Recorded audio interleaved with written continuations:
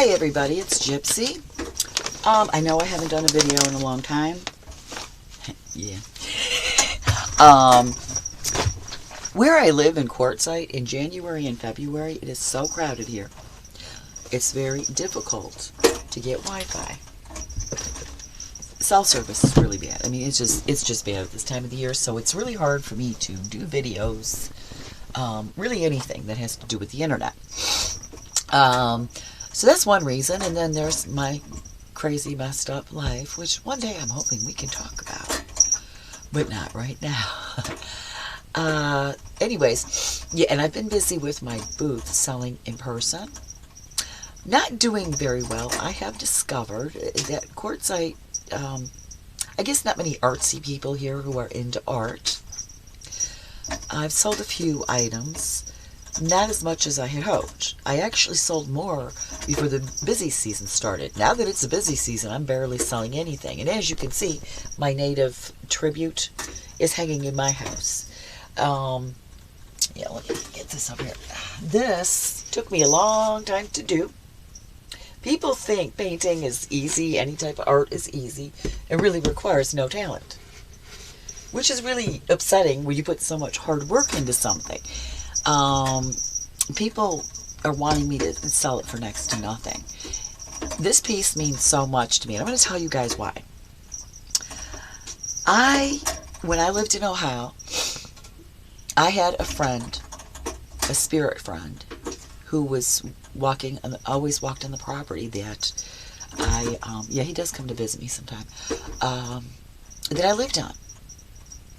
And here, he's a Native American man, Iroquois Indian.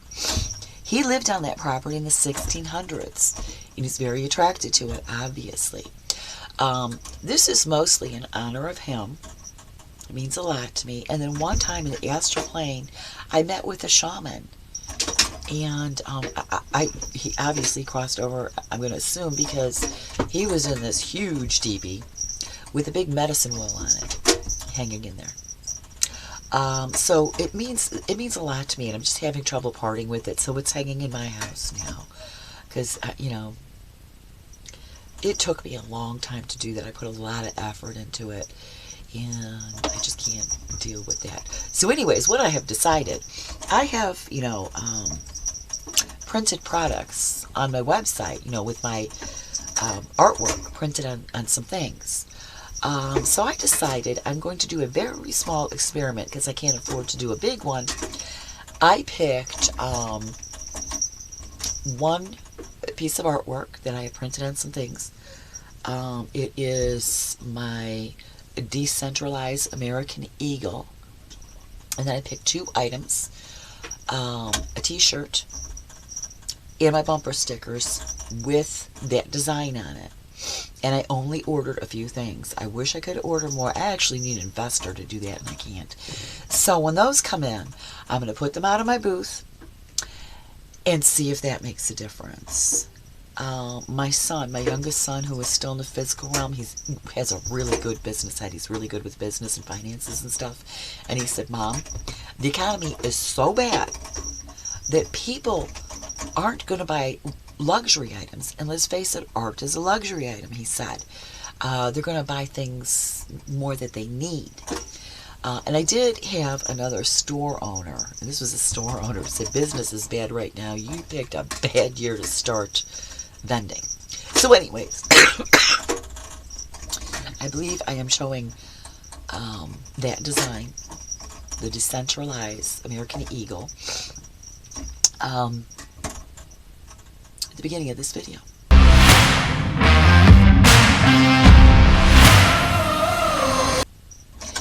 And yes, you go to my website and you can find my printed products there. What do I have on there so far? I have cups, camping mugs, water bottles, t-shirts, magnets, and bumper stickers right now. And I have a few different designs up, excuse me.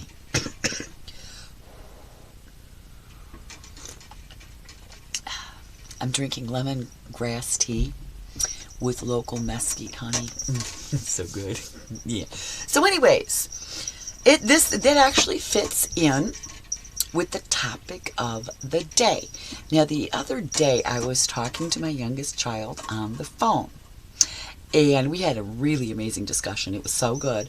We were talking, well, about censorship, Joe Rogan, the jab, the Freedom Convoy, and yes, my son and daughter-in-law are truckers. They are American truckers. They tried to get up there but couldn't get a load up there because they wanted to support the Canadian truckers. But anyways, we were talking about all this stuff. And so I posed this question to my son. And my son is such a good boy. He answered it correctly. I'm so proud. Anyways, I asked him, what does the government own? In truth, not what they think they own. What do they own?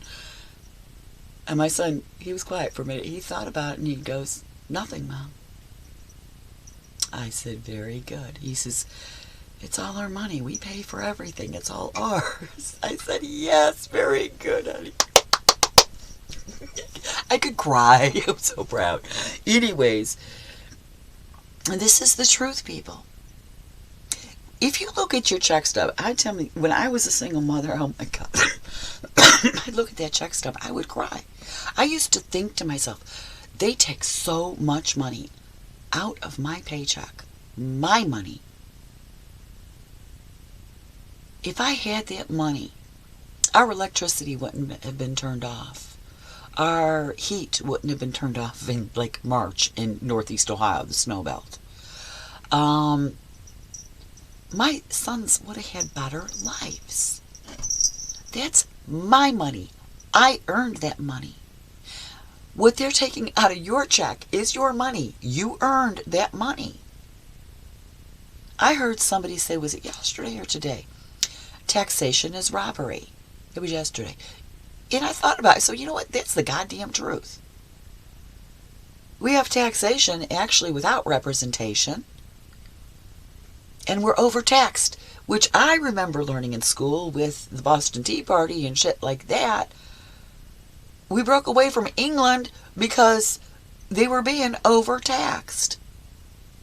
What the hell? What's going on now? Come on. You know, and the lack of freedom, censorship. It doesn't even seem like America to me. But the government owns nothing, people. Everything they build, including that Capitol building, it's not theirs. They built it with our money. They built everything with our money.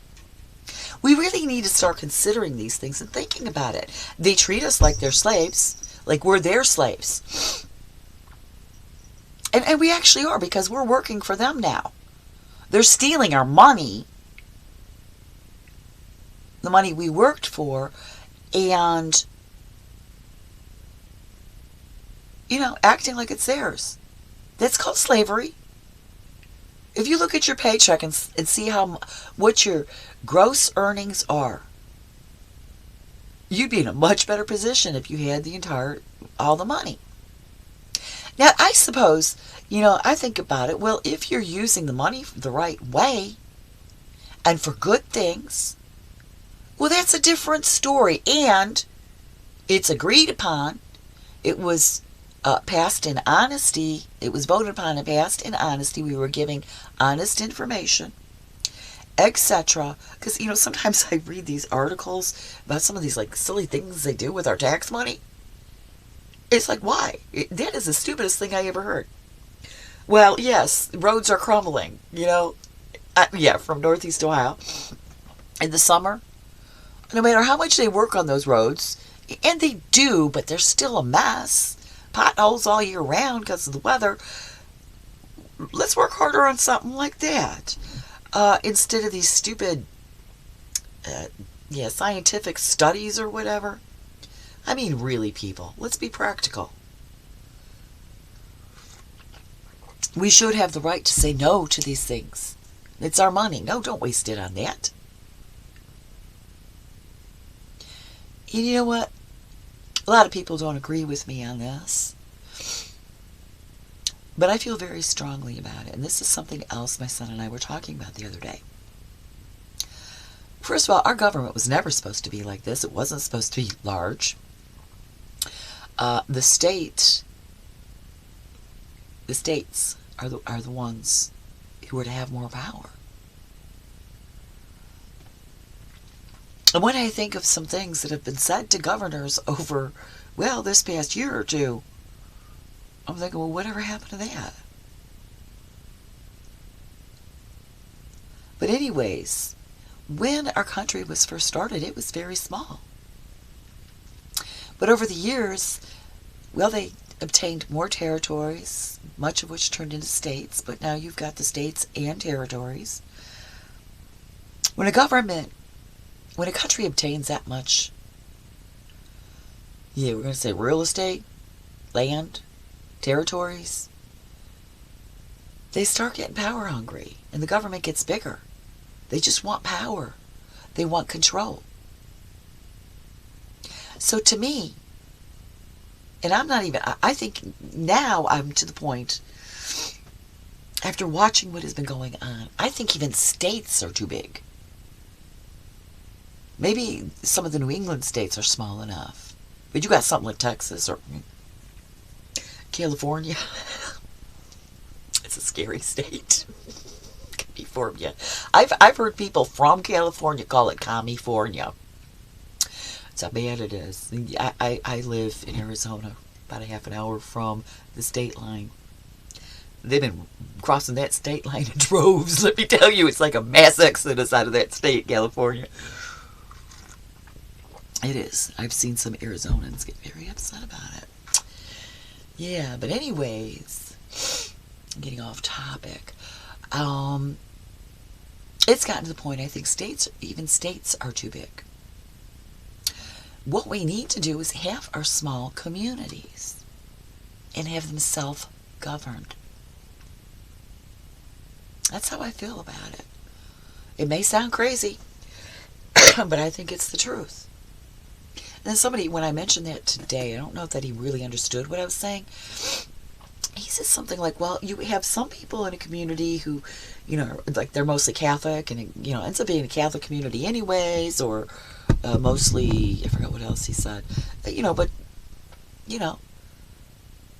the way I feel about it, every community is going to have its own, let's say, mass personality.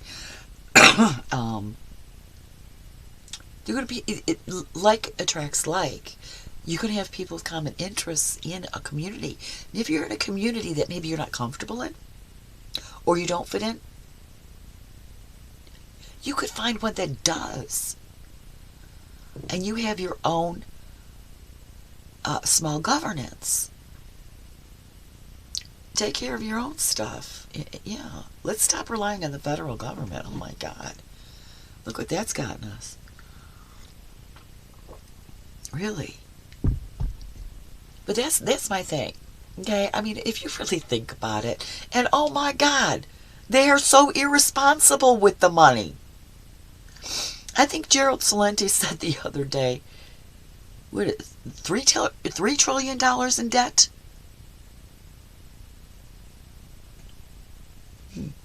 I'll bet you any money that the government has a worse credit score than, well, even the person with the worst credit score on this planet. The government probably has worse. They're irresponsible with money. I'm sorry. Now imagine. You need more money and you just go print some up. You have your buddies called the Federal Reserve, Well, there you go. You're okay now. That doesn't work for us, though, because if you had a little Federal Reserve in your basement and you fixed your problem like that, you'd be arrested. Nobody in the government is, though. I don't understand what they base it on. A piece of paper they print and cut up and distribute from the top down, and, by the time it gets down to us, it's worthless. Well, that's how they solve their problem. They do what?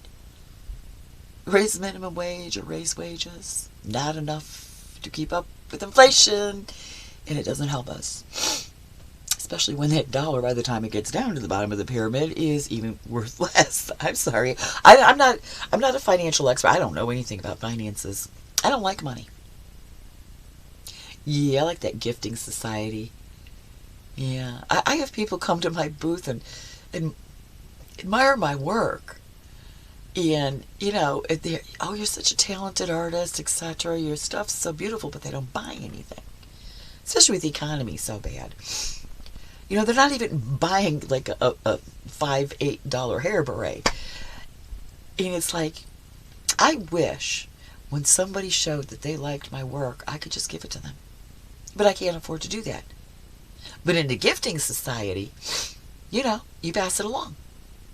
And everybody on this planet has talents and abilities to contribute to society. So say you had your own little tiny community. Whatever your talent is, even if you think it's not a talent, cooking, it seamstress, my God, that is a talent. Cooking, even cleaning. If you're, oh, my throat today. Even if you're good at cleaning, constructing, I mean, there are so many different abilities and talents that you need in a community. Everybody's got something. And if you're healthy enough to contribute and you don't, yeah, there's got to be some consequence for that. But I think that can be solved by everybody realizing their own personal power, their own talents, and their own abilities. And yes, they are useful to society. And when you are contributing your own abilities and talents, you're enjoying yourself. So you're not going to want to sit around doing nothing. That's where laziness comes from. People are told who they are, they cannot be, and they cannot use their God-given talents to earn money. So you end up doing a job you hate, and some people throw in the towel. They buck the system and say, no, I'm not doing it. That's laziness. It's called laziness, but no, it's not. It's rebellion. And I have no problem with it, because maybe people will start waking up and say, well, why aren't you working? Can't find the job that's right for me.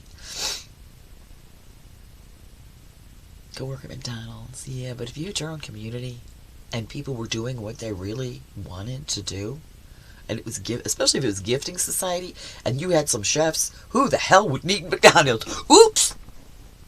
There's the problem right there. A big corporation. Yeah, the government.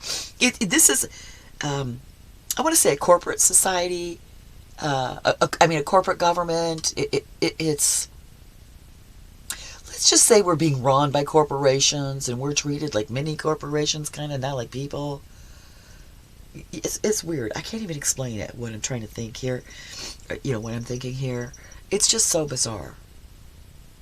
This is not a republic. I'm not even sure we're still capitalist. I don't know. Yeah, so yeah, I just said there wouldn't be any McDonald's. Well, there would be the problem the bigwigs have. The government would have problems with us not needing fast food restaurants, Walmarts. There's another thing I am pro. I am pro small business and small family farms. I do my best. Whenever I can, I need something, I go to a small business, especially if it's like family run. I go there. I am trying really hard to find a family run farm, organic, non-GMO, to get my food from. Family run. We need to bring back the small farmers, the small business owners. Fuck those big corporations. Get rid of them. Uh-oh, I'm in trouble now. But can you imagine that, having a small community where you had everything you needed, all the small family-owned businesses, whether or not there was money involved? Just think about that. I mean, damn. Why would you need that? Yeah, but you know what? My dad's saying people might get a taste for a McDonald's hamburger. True. But once you start eating, well, good, non-organic, free range, no, not, once you start eating organic, free range, and fresh vegetables that are, real vegetables, they haven't been tampered with, like the way our creator created the vegetables, nothing's been changed. Yeah, the healthy stuff. You start gaining more of a taste for that than you do the junk food and fast food. That would go out the window very quick. Shh, don't tell the big corporations, but that is true. Okay? But just imagine that. You have your own small community, self-governed, and you have all the members contributing their talents and abilities. You end up with all these small businesses and small farms. You have the small farmer. Yeah, it could be like a step back in time, but not totally, because you still have the technology. Yeah. So anyways, no. The government doesn't own anything, and they have a bad credit score. Their social credit score, when you really when you use social properly, as being social, kind, social butterfly, their social credit score sucks. Anyways, right. That's what I wanted to talk about today. I was just so proud of my son for answering the question right. The government owns nothing because everything is purchased with our money. And when we say our tax money, we're saying money that's been stolen from us. Hence, it's our money. Okay? That's all I have to say about that. I'm going to leave you guys with that. Think about it. I'm going to go enjoy my lemongrass tea more. It's so good. Okay, everybody. Blessed be, and make it a dream.